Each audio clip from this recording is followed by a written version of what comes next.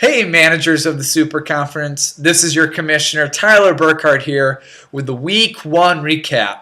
We finally got the first week of fantasy football under our belts, and boy, was it a good week. I know a lot of you are probably excited to see the awards and rankings, so let's just jump right to it. So starting off, best manager of the week. Now, I love to float my own boat here and talk about how great Alfred Morris is, but you've heard enough of that, so let's move on. I can agree with that. So I'll give this week's one honor to Green Bay Legends. First of all, he drafted DeMarco Murray, who I've said from day one is the better fantasy back compared to Trent Richardson. He is not only proven, we've seen what he can do, just play back the St. Louis Rams game last year. But if I have to take a fantasy player between the Cowboys and the Browns, I'm going to take the player on the Cowboys. Also, Green Bay played Brandon LaFell. Gutsy call, paid off. Scored a touchdown, got him double-digit points. And also started Michael Bush, who probably should have started anyways, but really paid off. Got him 2 touchdowns. Seems like a good goal line threat as we move forward. So, anytime Green Bay can beat a division rival, which he did with Minnesota Bryant, big win moving forward. Okay, so let's stay with that same theme, same game. Worst manager of the week, Minnesota Bryans. Now, it's difficult to give him this award because I think he's one of the best managers in our league. I don't even really think he did much to hurt his team. I don't really blame him. Like Rashad Jennings playing him over MJD, I don't blame him. But when you know Adrian Peterson they've said is going to at least even get 10 carries, I'd still rather play him over Ronnie Brown. And the fact that he lost to a division rival, it's just a bad week for him. So that's why I'm going to give him worst manager of the week, even though I really don't think he did that bad of a job anyways. The best matchup of the week, though, hands down, San Fran Frenzy versus Portland Car Ramrod.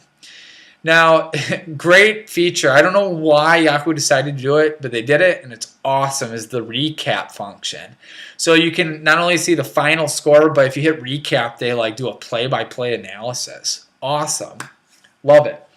So if you look at the graphs, though, they show how tight this match was the whole way through.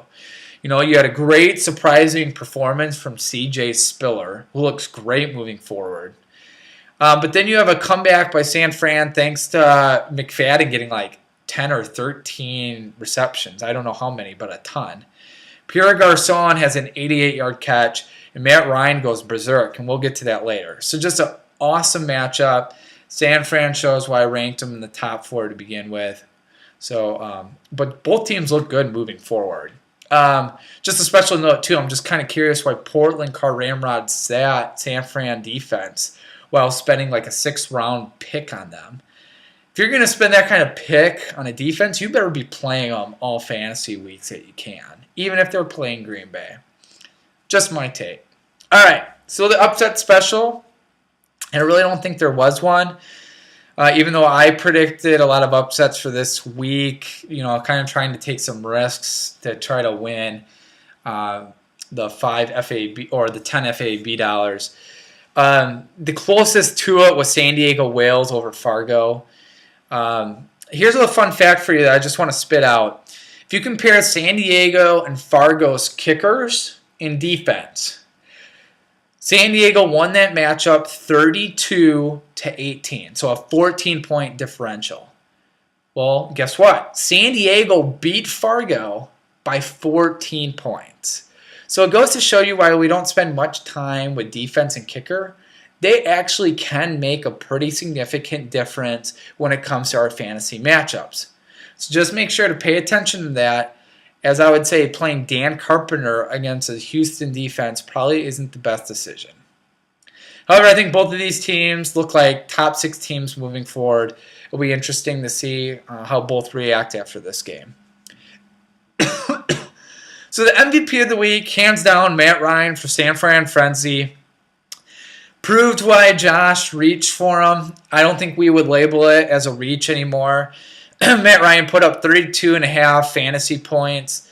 He led San Fran with San Fran put up the most points for the week in the closest matchup. So for me, a slam dunk MVP of the week, and San Fran's got to be happy with Matt Ryan moving forward. The Fantasy Dud of the Week. Thanks, Aaron, for the recommendation. I love the category.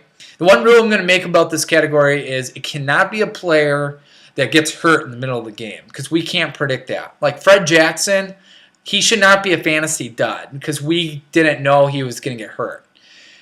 My Fantasy Dud is Trent Richardson. He was the number 1 pick of our draft. Goes in, he only puts up 4.4 fantasy points. But here's the kicker. He touched the ball 20 times. 20 times, and he only puts up 4.4 fantasy points. You think Sean Green is bad? That is really bad. So he has to definitely be the Fantasy Dud of the Week for that reason. All right. So there are the awards for the week. Let's get to the rankings. And just a few stats before I show the rankings to you. First of all, some of you sent complaints or reasons why you disagreed with the rankings. Usually what I kind of say to that is, listen, if you don't like my rankings, either A, come out with your own, because I love seeing rankings, or B, prove to me why you are a top team. Well, if you look at the top 10 of my rankings, 7 of the 10 won. The other 3 teams that lost were Minnesota, who lost to Green Bay, who's also in the top 10, Fargo, who lost to San Diego, who's also in the top 10. And the third team that lost would be New York Blackout. He lost to Indianapolis, who's the top team. So the only team that wasn't in the top 10 that won was Oakland, who put up the second least fantasy points. It just so happens that he played the team with the least fantasy points. So knowing that, the other teams that came out where 11 of the 16 teams put up 89 or more fantasy points, while the top team only put up 104. So it shows you how even this year is for us. And also, I still think the AFC East is pretty weak. You have 2 elite teams and then 2 not-so-elite teams. And the same thing can be said for the NFC West. So that will be kind of one of the teams that come out. So as it scrolls, you'll see not many changes because not a lot of upsets. Did switch San Fran and New York Yankees just because I think frenzy now, maybe with Ryan proving his worth and Garcon looking a little bit better. That's why I made the switch. Move Seattle up 2, move San Diego up 2 with their victories, move Green Bay up 2 with his victory. And the bottom is pretty self-explanatory. I switched Portland and Los Angeles Quakes just because now with CJ Spiller playing for a while, I think that's going to be interesting. I think Portland could sneak in some wins because of that. So we'll have to see. But otherwise, no, not many changes in the rankings. We'll have to see what Week 2 presents. So let's use that as a segue. Week 2, here we go. Game of the week, San Diego Whales versus New York Yankees. There are 2 games where we see 1-0 teams facing off against one another. One is Oakland versus Indianapolis, which Indianapolis I think is the top team. Oakland is one of the bottom 3, bottom 4 teams, but because they won against another, San Antonio I wouldn't consider a weak opponent, but they didn't put up many points.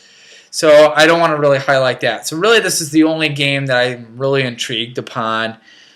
It's going to be probably within 10 points, and both I think are rising teams of our league. Both I think could battle for playoff spots. And I think it'll be interesting to see what happens. The upset special, once again, I don't really see many upsets happening.